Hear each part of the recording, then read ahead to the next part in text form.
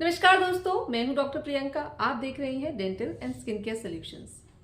आज की वीडियो में हम बात करने वाले हैं एक बहुत बड़े मिसकंसेप्शन के बारे में। बहुत बार लोग हमारे पास आते हैं और जैसे ही हम उन्हें बताते हैं कि आपको सफाई की ज़रूरत है या दांतों में स्केलिंग कराने की ज़रूरत है, तो उनका पहला और आखिरी सवाल यही होता है कि मैम, हमने ऐसा सुना है कि सफाई कराने से दांत कमज़ोर हो जाते हैं, हिलने लग जाते हैं। बहुत बार बहुत सारे लोगों का एक्सपीरियंस वो हमें बताते हैं कि उन्होंने सफाई करवाई थी, उसके बाद उनके दांत कमज़ोर हो गए और हिलने लग गए। तो आज मैं ये बताने वाली हूँ कि सफाई में हम क्या इस्तेमाल करते हैं।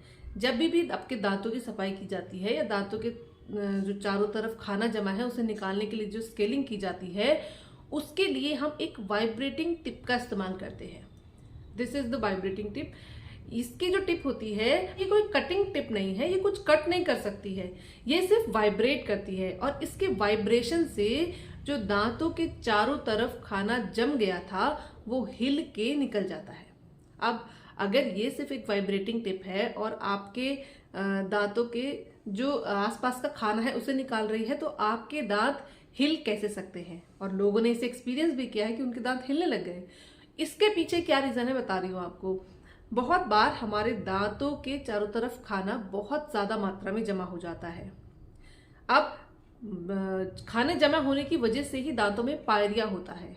उनको पहले से पायरिया होता है पर कोई साइंस या सिम्टम उन्हें नहीं दिख रहे होते हैं, क्योंकि दांतों ने जो खाना है उसे जकड़ रखा है और खाना आपस में जुड़ा हुआ है। तो एक ब्रिज की तरह वो काम करता है और दांतों को पकड़ के रखता है। अब जब आप स्केलिंग कराने जाते हैं और हम उसे वाइब्रेट करके जो खाना है उसे निकाल देते हैं, अब आपको आपके दांतों की एक्चुअल जो स्टेट है कि मसूड़े किस लेवल तक पहुंच गए हैं वो दिखाई पड़ती है। इस समय क्योंकि कोई खाना अब नहीं बचा है तो दांत आपको लंबे दिखाई पड़ेंगे और हिलते हुए महसूस होंगे, क्योंकि अब स्प्लिंटिंग नहीं हो रही है। तो बहुत सारे लोगों का सवाल होगा कि जब खाना दांतों को जोड़ के रख रहा है, उनको सख्त बना के रख रहा है, तो निकलवाने की क्या जरूरत है? यहां पर ये समझने की बात है कि जो दांतों की कंडीशन इतनी बुरी हो गई है वो सिर्फ और सिर्फ इस खाने की वजह से ही हुई है। शुरुआत में जब एक पतली लेयर आपके दांतों के चारों तरफ जमा हुई होगी, तब अगर आप उस समय सफाई करा लेते तो ये मसूड़े अपने लेवल पे रहते और दांत बहुत लंबा नहीं दिखाई होता, या मतलब कमजोर नहीं होता, दांत के चारों तरफ की हड्डी बने रहती। लेकिन क्योंकि वो जो एक लेयर है वो वहीं पर रही, उसके ऊपर और परत परत जमते गई। जैसे जैसे परत चढ़ते गई दांतों का मसूड़ा नीचे गया, साथ में दांतों के चारों तरफ की जो हड्डी है वो भी नीचे जाते रही। इसे ही हम पायरिया की एडवांस स्टेज कहते हैं।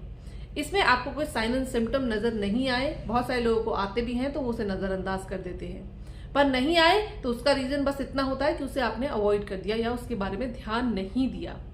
अब जब आप स्केलिंग कराने गए तो उससे फायदा क्या होगा? जब आपने स्केलिंग कराई और दांतों के चारों तरफ से जो खाना था वो निकल गया, अब आपको अपने मसूड़े का एक्चुअल स्टेटस पता चलेगा और इसमें आप बहुत सारी दवाइयां इस्तेमाल करके इस कंडीशन को यहीं तक रोक सकते हैं। वापस से पूरी तरह हिलते हुए दांत बहुत कम जो चांसेस हैं उनको वापस से जमने के या टाइट होने के। दांत अगर बहुत ज्यादा हिल रहे हैं तो डेंटिस्ट क्या कर सकते हैं? दांतों को आपस में तार से जोड़ देते हैं, इसे हम स्प्लिंटिंग कहते हैं। अब क्योंकि खाना भी निकल गया और हमने स्प्लिंटिंग भी कर दी तो दांत अपनी जगह पर टिक जाते हैं। अगर अच्छी मेंटेन करके रखा तो वहीं पर वो बने रहते हैं। इसलिए सफाई बहुत जरूरी है। उससे आपके मुंह में बाकी दांत बचे रहेंगे, उनमें इन्फेक्शन नहीं होगा, मुंह से बदबू नहीं आएगी और पस ज्यादा बढ़ेगा नहीं, इन्फेक्शन बढ़ेगा नहीं। इसलिए सफाई कराना जरूरी है। ऑल्दो आपको उस समय ऐसा लग रहा होता है कि हमारे दांत मजबूत है, बहुत सारा खाना जमा होने की वजह से वो टाइट लग रहे हैं, लेकिन ऐसा होता नहीं है। जब आप सफाई कराएंगे तो वो आपको एक्चुअल स्टेटस पता चलता है।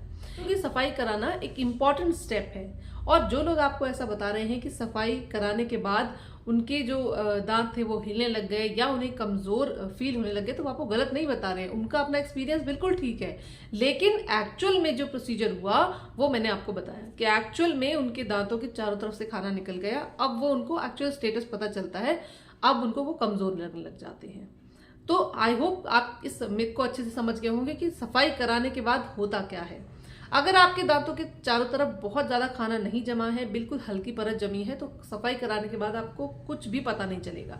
हाँ, अगर आपके दांतों की कंडीशन बहुत खराब है, इस तरह से खाना जमा हुआ है, तो डेफिनेटली सफाई कराने के बाद आपको अपने दांत और कमजोर लगेंगे या फिर ढीले लगेंगे, लेकिन वो दरअसल आपके दांतों का इन्फेक्शन है जो आपको नजर आ रहा है। आई होप कि ये आपका क्वेश्चन अब क्लियर हो गया होगा। इससे जुड़ा अगर आपका कोई और क्वेश्चन है तो आप कमेंट करके हमें बता सकते हैं। हाँ, अरे क्वेश्चन और, कई बार सफाई कराने के बाद जब हम मसाज करते हैं उसके बाद भी मसूड़ों से पस आता है या फिर खून आ रहा होता है। ऐसे केसेस में आपको अपने डेंटिस्ट से दोबारा मिलने की जरूरत होती है। एक बार डीप स्केलिंग और करके मेडिसिन से उसको ठीक करा जाता है।